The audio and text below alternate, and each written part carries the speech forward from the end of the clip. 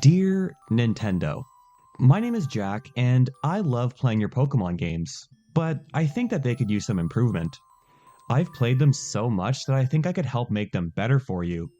First of all, I think that you should make a Pokemon game with every region, but also every Pokemon. Especially, I couldn't help but notice that Charizard wasn't in Pokemon White, and I just don't understand why you did that. See, Charizard is my favorite Pokemon. Also, don't take this the wrong way, but my older brother said that the new Pokemon look stupid, and I think you should make them better. Maybe about 500 new Pokemon should do the trick, but make them cool, please. Please think these ideas over really hard. I'm only 9, but trust me, I know a lot. If you guys work really hard on this, I'm sure we could release the game by Christmas. Gotta catch 'em all. Love, Jack. Yeah, that was me once. A little boy with a dream of playing the ultimate Pokemon game that could satisfy my wild imagination. Obviously, that game never came to be, and nor should it, but deep down, that desire for perfection still resides within me. But of course, the perfect video game, the perfect anything, doesn't exist. This is the real world, and there are a million reasons why you can't have that perfect Pokemon game that you always wanted as a kid. But that doesn't mean that the Pokemon Company is completely free of blame either. Yes, a shockingly small development team is expected to produce a AAA game almost annually with very little development time and budget. But it can also be said that a lot of time and resources are being spent in areas that the majority of fans would consider to be low priority. And so, I thought it would be fun to make a video outlining what I would like to see in a future mainline Pokemon release, while keeping my expectations grounded in reality. Everything mentioned in this video will be what I see as realistic for a Game Freak mainline Pokemon release. I know that my definition of realistic is subjective, and I know nothing about what goes on behind the scenes at Game Freak HQ, so let me go over the 5 criteria that I'll be considering. 1. Our new game will be Generation 10 and release on the Nintendo Switch. It is very possible that the next generation will release on a future, more capable console, but at the time of writing this script, we don't know that for sure, and I can't assume what exactly said console will be capable of. I can only go with what I know. 2. We're working with Game Freak's current release schedule and development team. This means a mainline game is going to be released every 1 to 2 years. This is the big one, and it means that corners will need to be cut somewhere. I know that many of us, myself included, would prefer to wait longer for a more polished game, but it's important to remember that the Pokemon Company is interested in turning as much profit as possible, and I really can't fault them for that. Holding back a game's release means holding back merchandise, a new season of the anime, and many, many more. I also don't want to say just triple the size of the development team, because that would also heavily cut the game's profits and result in less satisfaction from stakeholders. You may not like it, but that's something the Pokemon Company has to consider. I don't know exactly how long a mainline game is in development, but basically I'm assuming that we'll be working under the same time constraints that we're already seeing. It's an unfortunate reality, but also a fun constraint for a video like this, and it's something that so many of us fail to consider. When I say that something is realistic, I mostly mean that something is doable within the same level of effort that we've been seeing in the Nintendo Switch era. Bottom line, I can't just add in all the content I want because this game will have a deadline. Number 3, Dexit. Yeah, another reality that we just have to accept. With corners being cut in our new game, we'll have to really think through where we place our priorities. I'm sure that Game Freak could pump in every single Pokemon that exists into the next Pokemon game, but I can only imagine the drop in quality for the rest of the actual game. I don't think that adding every single Pokemon would really make for a good game anyway. Sorry, but some of your favorite Pokemon won't make the cut. Number 4, 3D is the future. I know that many of us are pressing the fuck go back button when looking at lifeless 3D models, but going back to sprites or any other presentation format is just not gonna happen. Pokemon has drawn its line in the sand here. To go back and create animated sprites for what would be 5 new generations of Pokemon is a liberty that the developers just don't have. I know that some 3D models are a meme at this point, but they do constantly make updates to these models in every mainline entry, adding textures for their fur, eyes are no longer lifeless, and certain elements are more detailed. I just don't see the developers going back on all of this hard work, so for better or worse, 3D models are what we're sticking with. And number 5, E for everyone. Sometimes we forget that Pokemon is a kid's game. Throwing in a T for T rating would severely ruin Pokemon's image. This new game will not have any violence or gambling. Sorry, Voltorb Flip, lest we forget. So, without further ado, let's dive into my thoughts on what I'd like to see in a new Pokemon game. Realistically, conveniently ordered into a numbered list. A lot of these ideas could be seen as downgrades to some of you, but I'm trying to communicate where I think effort should be emphasized and where I think it should be cut back, so that the final product is something better than what we've been getting lately. And a lot of these probably still won't happen for a variety of reasons. I'm literally just some guy with an opinion, and I might be in the minority, so why would Game Freak listen to me? The Pokemon Company has a million reasons for making the games that they want to make. This is all in good fun. All I'm doing is sharing what I personally would like to see, starting with number 1, no more open world. The main subtext for this video is that as developers, Game Freak is biting off more than they can chew. I can't say for sure that in terms of resources, an open world game is harder to make than a linear one, but I think it's a pretty safe assumption considering Scarlet and Violet's open world came at the cost of basically everything else. The Paldea region feels like an empty sandbox with a boatload of Pokemon thrown into it and an item dangling in front of you every 30 feet or so like a carrot at the end of a stick to keep your monkey mind satisfied. The world just doesn't feel alive like previous generations do. Some areas look cool, but there's very little culture or lore to the region. Paldea's population is even worse for wear. 80% of the country goes to the same school as you, apparently, and most NPCs have like 2 to 3 words of dialogue. Yes, I said words. Engaging in a trainer battle is more immersion breaking than ever, to the point where I never want to do them, with the camera always jerking you around to where it needs to be and then forcing you off your ride Pokemon. Even the environments, Pokemon's bread and butter, don't really feel like ecosystems, which is something other generations pride themselves on. In Paldea, any grass type is fair game to appear in basically any grassy area, and the same goes for water types in any area with water. At night, the same ghost and dark types are going to appear in basically every location. Yeah, it makes sense, but it makes Paldea's world feel like one big mess. I can enter a city or route from any direction, and consequently, it's hard to really differentiate one area from another. When everything is melding into one big blob of a world, it's all forgotten to me. It's all just Paldea. You get it. Fans have been begging for an open world Pokemon game for years and years, and despite what I just said, I am glad we got to see that with Scarlet and Violet. I know there are a million things wrong with this game, but my biggest takeaway from it is that I can say for sure that I do not need to see an open world Pokemon game again, or at least not for a long time. I hear all the time that all this game needed was gym leader level scaling and it would have been infinitely replayable. But even assuming the development time that would take, it's still incredibly difficult to account for the infinite routes a player can take throughout Paldea. Expert developers of the open world genre can craftily guide a player to certain points or guide them away from where they shouldn't be. But I just can't loop Game Freak in with those developers. If we don't have the time and resources to carefully plan out an open world, then let's not make an open world to begin with. It's just overly ambitious, and I'd rather see a more linear journey with planned out level scaling like we've seen in Gens 3 to 7. Still some optional routes and areas, mind you, but a main path with both direction and intention. That way, route and city design can become gradually more challenging as we go along, and boss fights can challenge you based on what Pokemon it knows are available up to this point. Overall, just a lot less messy and hopefully a way to save on hours of development. Number 2. Simpler overworld. When I say simpler overworld, what I'm asking for is an overworld that looks and performs better.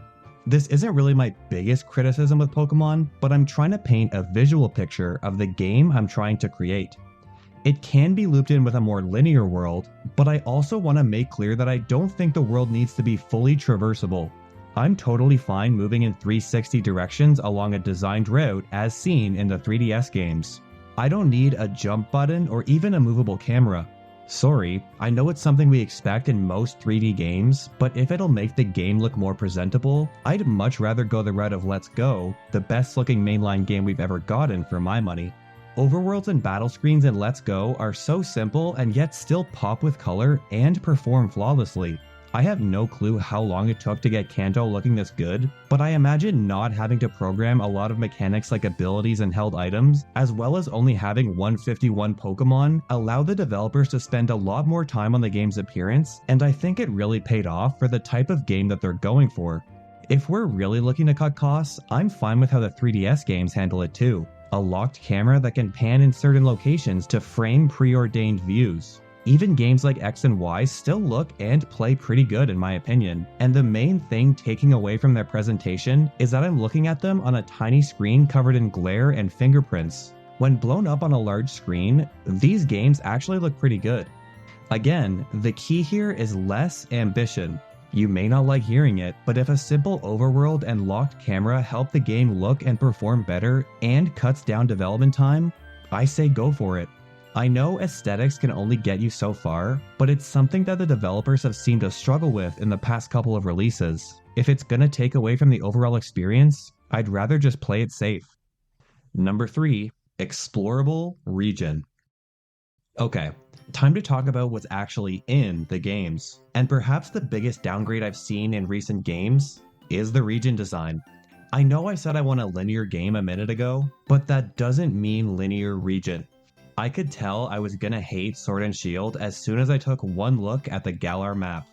I want backtracking, intertwining cities and routes that lead to nowhere but adventure, branching paths. I want to come back to a town and realize how far I've come. Why beat around the bush? I want something like Hoenn and Sinnoh again. I want to take a look at a region map and not know exactly how the game is gonna unfold.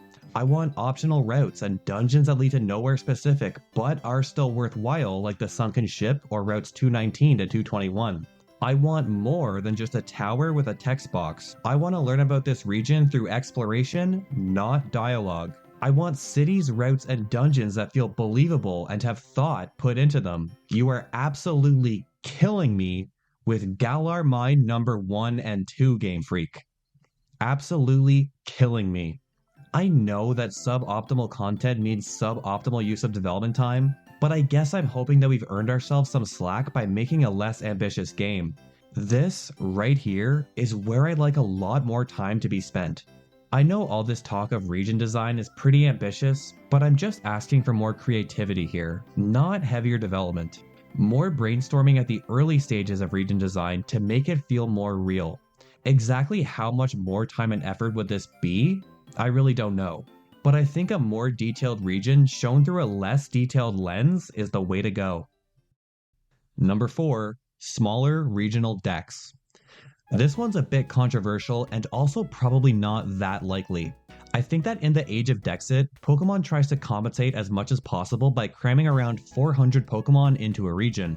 I totally get why they do this, but I think a much more refined dex can actually do a lot more for a region, both narratively and mechanically.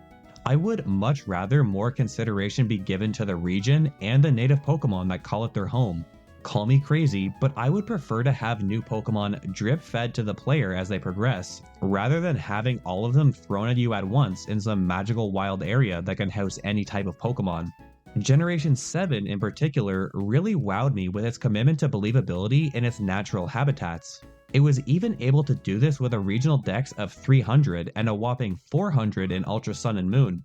While these regional dexes are undeniably great, my ideal number for a regional dex is a slightly smaller 250 Pokemon, with about 70 to 100 of these being new ones. I think this number strikes a perfect balance of player freedom and restraint when building teams. But I also like a more constricting dex total because it minimizes the competition between Pokemon, allowing each one to carve their own niche. In Paldea, I don't know why you'd want to use a Pokemon like Sunflora when there are like 50 other grass types that outmuscle it in a variety of ways. Yes, you can evolve it early with a Sunstone, but the same can be said for Lilligant, who hits faster and harder, or Capsicid via Firestone, who has a better defensive typing and better Sun synergy. Both of these Pokemon can be caught before your first badge, and there are a dozen of more competent grass types to boot. In Black and White 2, however, Sunflora actually has a pretty good niche, even in its unevolved form. If you didn't pick Snivy as your starter, which there's good reason not to do, then Sunkern is the only special attacking grass type you'll have for the early game, until Castelia City. It may be weak, but it actually packs some great moves early on that can solo the first gym like Leech Seed, Growth, and Mega Drain. Generation 5 gave Sunflora some great new tools to play with, finally letting it shine in a region that doesn't hate it. This is the angle I'd like to take when sculpting a regional dex, trying to give every Pokemon some sort of niche, even for subpar Pokemon.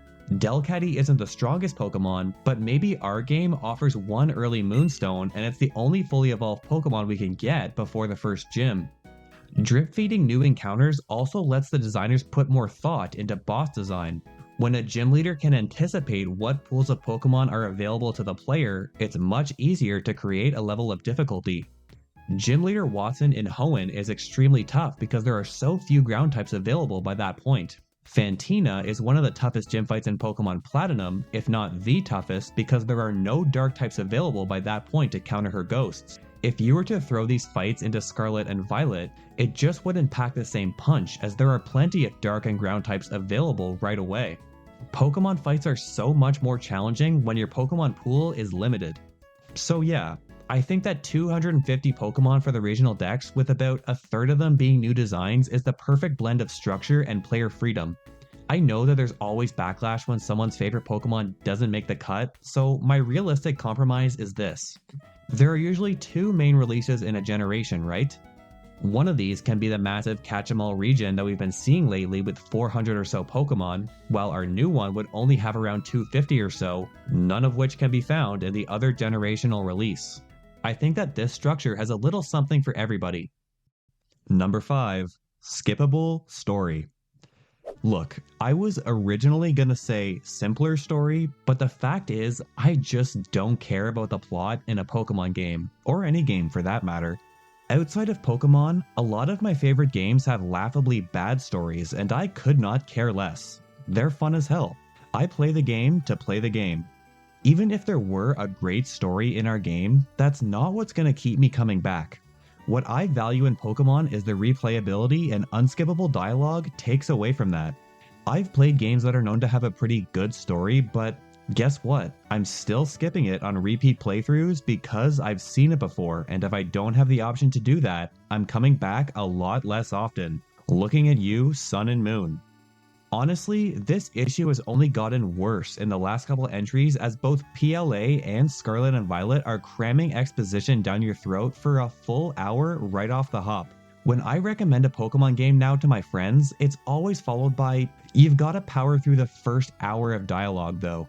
I know that this runs the risk of skipping important dialogue, but I actually think we've made a lot of steps to normalize tutorials now. We've got the adventure guide now, which allows you to review any tutorial or mechanic the game has covered so far.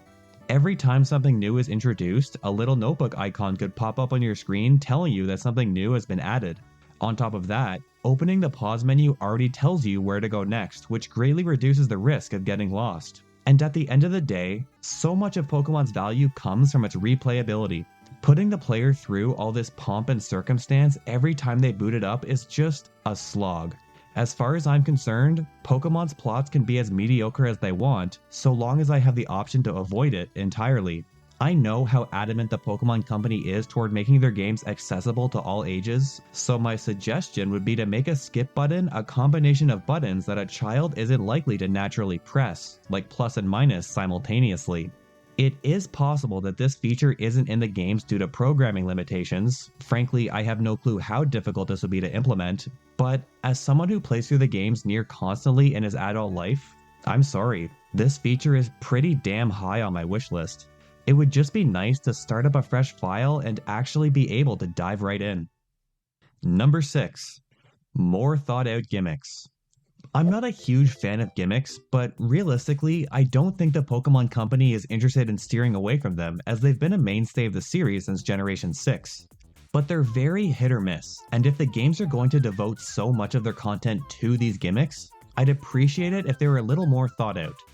The ideal gimmick is something that has a lot of mechanical depth, but is easy to program.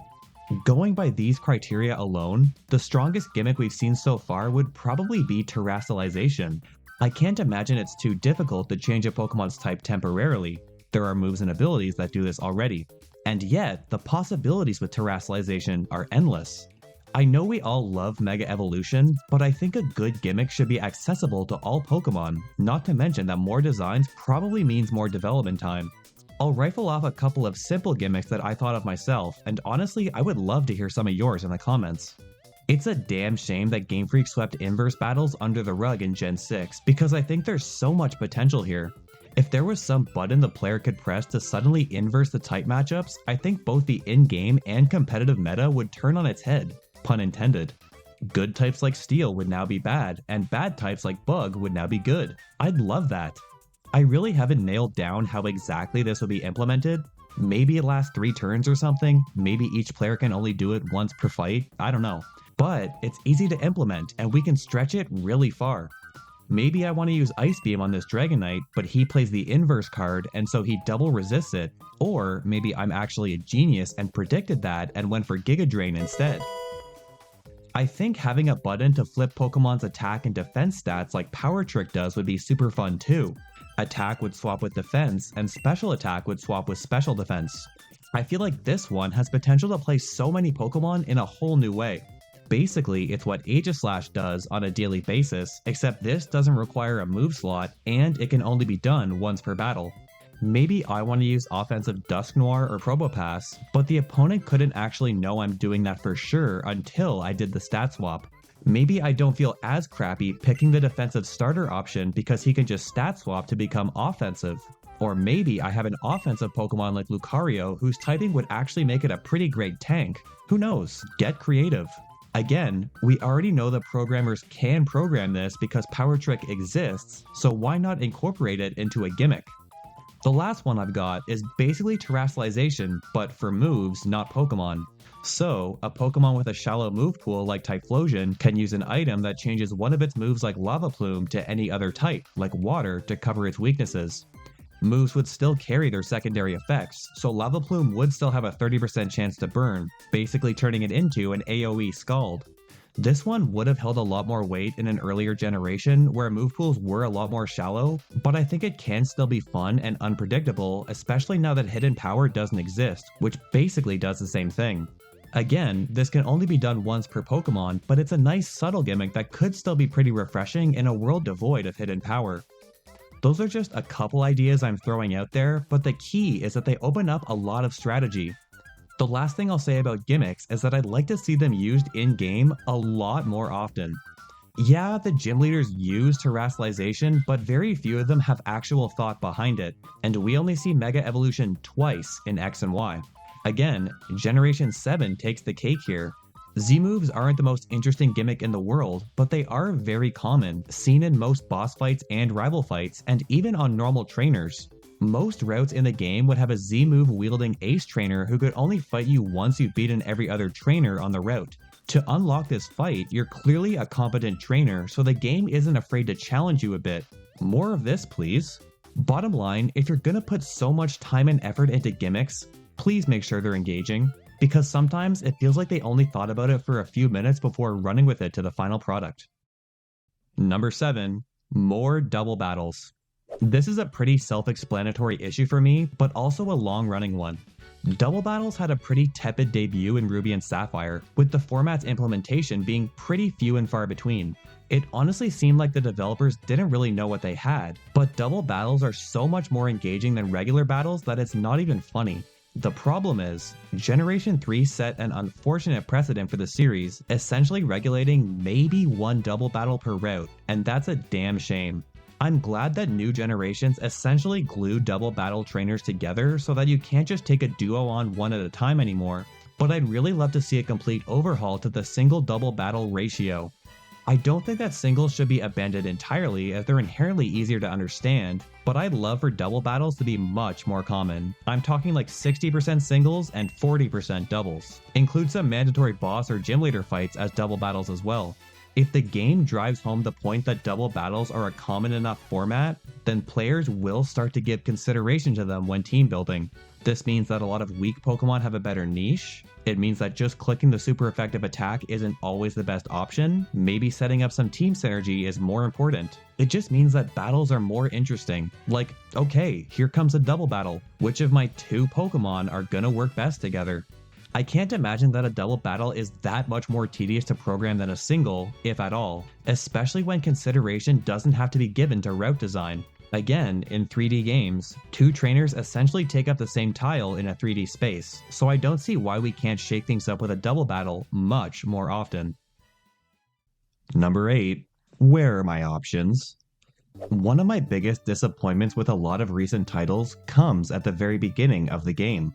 Recent generations make a very bad first impression when a player opens up the options menu and comes to the realization that they're not going to be able to play the game the way they want to. In case you don't know, a lot of options that were once mainstays of the series have been removed entirely. To single out a couple that really bothered me, toggling shift and set mode. For me, this is the big one. I'm a veteran player and I like to challenge myself by not switching to a better counter whenever an opponent is about to send out a new Pokemon. I'm glad the switch mode exists for newer players and it's fine that it's the default option, but again, this should be an option. Of course, I can just say, no, I don't want to change Pokemon every single time, but it's just frustrating to have to say no hundreds of times throughout the entire game when I'm allowed to automatically make the decision for so many other things like nicknaming Pokemon, skipping newly learned moves, or to send a Pokemon to the box right after catching it. It's just the principle of it all, and it feels like Game Freak are intentionally trying to cut players like me out, and that's something that the player should never, ever feel. Toggling off battle animations. For me, this one almost gets a pass because it may very well be a programming issue. We lost the ability to turn off battle animations in the very game we were able to run around a battle and view it from any angle. Of course, I can't say for sure that these two elements affect each other, but if I had to choose between being able to run around in a battle or being able to turn off animations if I want to, I would choose the latter. Sorry, but I personally would rather play with them off if I want to, or at least have the freedom to toggle them if I'd like. Skipping cutscenes. This isn't actually a removed option, but rather one that could be fleshed out a lot more. I think a lot of us were thrilled when we saw this option in its debut for Sword and Shield, especially since that directly followed Generation 7, which boasted by far the most egregious cutscenes in the series. However, it was disappointing to realize that this basically only skips pre-rendered movies, of which there are only a select few in the entire game. Turning this option on will not skip tutorials or any story dialogue, which is like 90% of the problem. Again, my preferred solution is honestly just a start button to skip whatever we want, but if this is what Game Freak is offering me, I'd rather be able to skip a lot more dialogue like character introductions, irrelevant plot points, or meaningless dialogue about how great me and my Pokemon are. It's clear that this option is for repeat playthroughs, and I actually like that the game warns you before turning this on, but we've got a flag telling us where to go next now, and so I think the risk of getting lost is quite low, even for kids. Bottom line, it's just hard not to miss many of the options that we've lost along the way, and sometimes it feels like Game Freak is singling out veteran players when we lose the ability to challenge ourselves if we want to. I don't think the removal of set mode would be so frustrating if the removal of EXP share toggling hadn't come first, which, though technically not an option, should also be able to be toggled, by the way. I'm almost certain the developers don't mean for us to take things so personally, but all the same, if your fanbase feels that way, that's an issue you should take seriously. At the end of the day, my best argument is that more freedom makes more people happy. I think Game Freak needs to give options a lot more consideration because something as simple as an option menu is becoming more and more controversial in every game. Number 9. Use your mechanics. This one's a bit hard to explain, but I want to make it clear that I'm not asking for outright difficulty. Basically, I want the games to start simple and finish around the complexity of the Elite Four with a gradual difficulty curve. I love what these late game fights bring to the table. Actual competitive items besides just a citrus berry, moves that play off their abilities, natures that play off their stat spread, these battles really leave it all out there. It's a shame that this and almost every Pokemon League are a massive difficulty spike that a new player is absolutely not conditioned for. To get to the highest of highs, the remaining 90% of the game needs to do a lot more legwork. Throughout the game, the player should be constantly fine-tuning their team to get to a high level. Scarlet and Violet actually do an amazing job of this. A player can find nature-changing mints anywhere in the wild, competitive items are available insanely early at the Delibird shop, and even bottle caps eventually to max out their IVs can be bought here after the 6th badge. By all means, you can catch any random Pokemon in the wild and fine-tune it to your liking. All of these items are basically infinite due to the crafting mechanic, so there's no accidentally teaching the only Dragonclaw TM in the game to some rando like in the old games. We really have come a long way, and the Paldea games do a fantastic job allowing the player to train their team to their full potential. Except no Pokemon game has ever done a great job convincing the player that they need to do that in the first place. 95% of battles are extremely simple and focus heavily, if not solely, on type matchups. I think the boss fights in Pokemon can do a much better job teaching the player about mechanics, synergies, and strategies that they might not know about. As an example, let's look at Rourke from Pokemon Platinum, a game with some pretty intense boss fights, but I still think they could do a better job teaching the player why his strategy works. Every rock gym worth their salt revolves around the move Rock Tomb, a serviceable move when it comes to dealing damage, but its main draw is its 100% chance to lower the opponent's speed. But Rourke is actually the exception here, instead gifting the player the Stealth Rock TM, which does chip damage to the opponent's side of the field every time they switch out. I would love to give Rourke points for trying something new, but unfortunately, I think this is a big step backward in boss design. A monotype fight like this just isn't likely to show why Stealth Rock is such a good move, because when Rourke's whole team is the same type, the player is probably just going to crush them with Piplup or Turtwig or even Chimchar if it's evolved.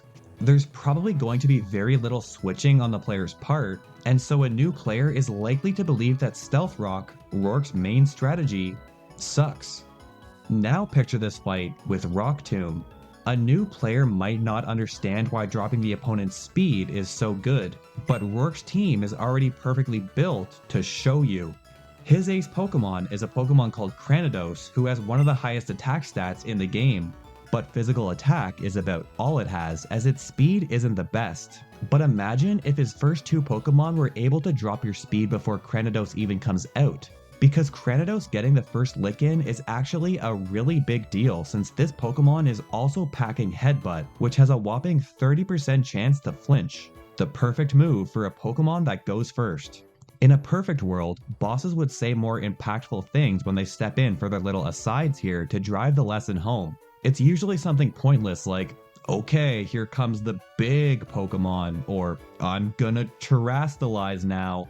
But imagine if Rourke stepped in to say something like, haha, Rock Tomb makes the target slower, which allows my rock types to really get rolling. Just a bit of dialogue woven in to drive the lesson home would go a long way. If you lose this battle, then you see how effective Rourke's strategy was. He's taught you a lot more than just which types beat rock. We've now learned why speed matters, how the move Rock Tomb plays off of it, and about the flinch mechanic. Now, when the player is gifted the Rock Tomb TM after the fight, or if they pick up an item like the King's Rock, they might be inspired to use it. I guess at the end of the day, I'm just asking for fights to use more complex strategies where the solution isn't just winning the type matchup. I've said this before, but you can stick to the monotype strategy and still develop complex synergies. Maybe Gardenia extends her weather synergy with a Heat Rock or mixes in a Chlorophyll Pokemon or something like that. Take it from me, Pokemon really does have hundreds of fun strategies to build around, and it's a shame that most of them never see the light of day. All this to say, I'd really like the player to be prepared for the Pokemon League. They understand what various held items do, and hopefully have developed some half-decent strategies along the way. I want players to be inspired by what they see in major boss fights throughout the game, not just when the game is basically over. Number 10, and Acceptable postgame. This is one of the most subjective, I think, because everyone has their own opinion on what an acceptable postgame is. What's pretty objective, though, is the fact that the postgame is the least important part of a Pokemon game, and so it's often one of the first corners to get cut, but it's a damn shame when the postgame gets neglected entirely. Nowadays, extra content is often withheld behind DLC, and I hate that that's become an excuse. The base game should still have something to offer. I think the less successful post-games are the ones led by dialogue and often come in the form of a wild goose chase around the region, and I think offering gym leader rematches already lets the player do this at their own pace and if they so choose. There's always going to be completing the decks and rematching the Elite Four, but it would be nice to have at least one new location even if it's not long. I'm not asking for a whole new region, of course, and even Sinnoh's battle zone is wishful thinking. But maybe just a nice ultimate dungeon or something filled with some of the strongest Pokemon we've seen so far, and maybe the game's third legendary of the trio to catch if there is one. But when push comes to shove, there's really only one thing that I need in order to bring post-games back from the dead. It's a pretty underdog pick, but I'm talking about your trainer card, and more specifically the trainer stars on the back, earned by completing major milestones on your journey. This feature has actually been missing from most recent titles aside from BDSP, but this thing is what a great postgame is based around. The 5 typical trainer stars are usually as follows. 1. Beating the Pokemon League for the first time. 2. Completing the Pokédex. 3. Completing the Battle Frontier or Battle Tower. 4. Completing the relevant minigame of the region, be it contests, Pokeathlon, or Pokestar Studios. And 5 is kinda miscellaneous. Anything from collecting 100 statues in the Grand Underground or collecting 5 shiny leaves. The first 2 are a given in basically any game. There will always be a Pokedex and a champion to defeat in any mainline title. I accept that the Battle Frontier is dead and buried, but at least a Battle Tower is a must-have in my opinion. Actually giving the player a reason to optimize their Pokemon is very important. When the game's mechanics are on full display, that's when Pokemon is at its best. And once again, it's amazing that Game Freak has made all this easier than it's ever been. So that's 3 of 5 stars crossed off, but that leaves 2 left. I'm assuming that our new game won't implement a side mode like contests or anything, so we'll have to come up with a replacement. So let's say a trainer star is earned by defeating some final boss like Red or Steven. I can't imagine this would be very hard to implement since it's just one battle you can plop at the end of that ultimate dungeon I brought up earlier. Maybe just a champion rematch if we're really short on development time. I'm thinking this fight would be about 15 to 20 levels above the first champion fight, because we'd be taking on this boss after rematching all the gym leaders and Elite Four. So that leaves 1 trainer star remaining, and hear me out on this one. How about a trainer star that revolves around your money, which is basically never a factor in any game? I'm thinking something along the lines of getting into that exclusive shop in Lumio City or completing that super expensive outfit in Alola, but the one I think back on the most is that villa in Pokemon Platinum that you can complete by buying all the furniture in the catalog. Again, this feels pretty easy to implement. If we already have trainer customization, then adding a super expensive outfit or something like it feels like almost no effort. Grinding up money isn't always a fun thing, but I imagine the player would rack up quite a bit of coin already by completing the other trainer stars, as doing things like completing the dex means that you probably have to rematch the Elite Four over and over again to evolve every Pokemon. I think the dollar value for earning this trainer star would be somewhere around 2.5 million, which is around the value of a completed villa and the expensive outfit in Generation 7. Earning all your trainer stars is a great way to sink a bunch of extra hours into a Pokemon game. Pokemon's modern features like Switch Online and easy access to competitive items have made this so much more obtainable than it used to be, and so I think that earning all 5 stars is possible for almost any player. All in all, completing your trainer card is just a great way to feel that the game is finally complete. Speaking of complete, that's my list of realistic things that I'd like to see in a Pokemon game. I think I've kept my expectations pretty grounded, but maybe you know something that I don't. I doubt that very many of these will ever come to fruition anyway. The Pokemon franchise seems to be in a pretty good spot without my input, and I'm still happy to play every release they pump out.